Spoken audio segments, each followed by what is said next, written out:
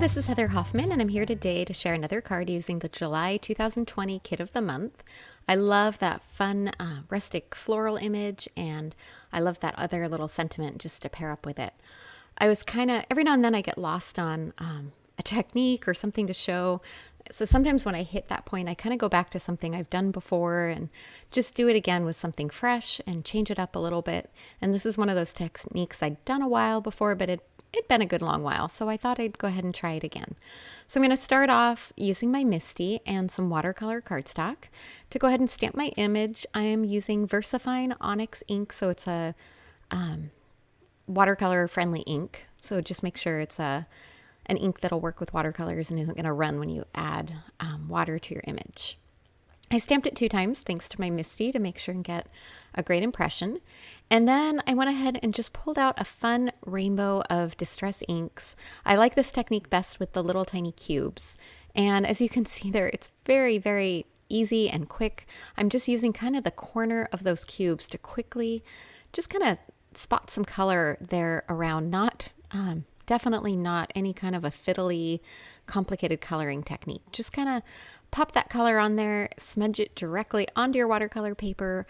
I'm trying not to go too crazy because when I add water, it's going to kind of bleed and mix and blend, which is going to make it super fun. And you can play with so many different color combos with this idea. So at this point, it looks pretty rough. I'm just going to mist it with a bottle of water. The more water you add, the more it's going to kind of leak and blend. The less you add, it's just going to kind of soften those colors. So I added a good bit of water and then grabbed a little cloth just to kind of clean where it felt like it bled a little too heavy and got a little bit muddy. Now I went ahead and set that aside to dry, and while that dried, I'm going to heat emboss my sentiment in white on some black cardstock. I kind of keep my scraps there. You can see I'd already used that piece for some die cutting, but there was just enough at the bottom there to use for my sentiment still. So I never throw those scraps away because they're perfect for that kind of thing. And it left me something to hold on to while I stamped and sprinkled my embossing powder and heat set that as well. And then I can easily trim that down using my paper trimmer to the correct size. So I'm just going to trim it into a thin strip. Just kind of even that off and trim it down. And then once I get it on my card, I'm going to kind of trim this panel a little bit, just so I can mount it on a white card base, and it'll leave a little bit of a border. You don't notice it much on the white card base. And then play with where I want to put that sentiment. I always kind of like to kind of hold it over there and imagine how it's going to look wherever I decide to place it. All right, now I'm going to add this onto my card base with some good sturdy adhesive. I like to use super strong tape for adhering watercolor paper to card bases. This is score tape and it's the 1/2 inch wide, so it gives me good coverage.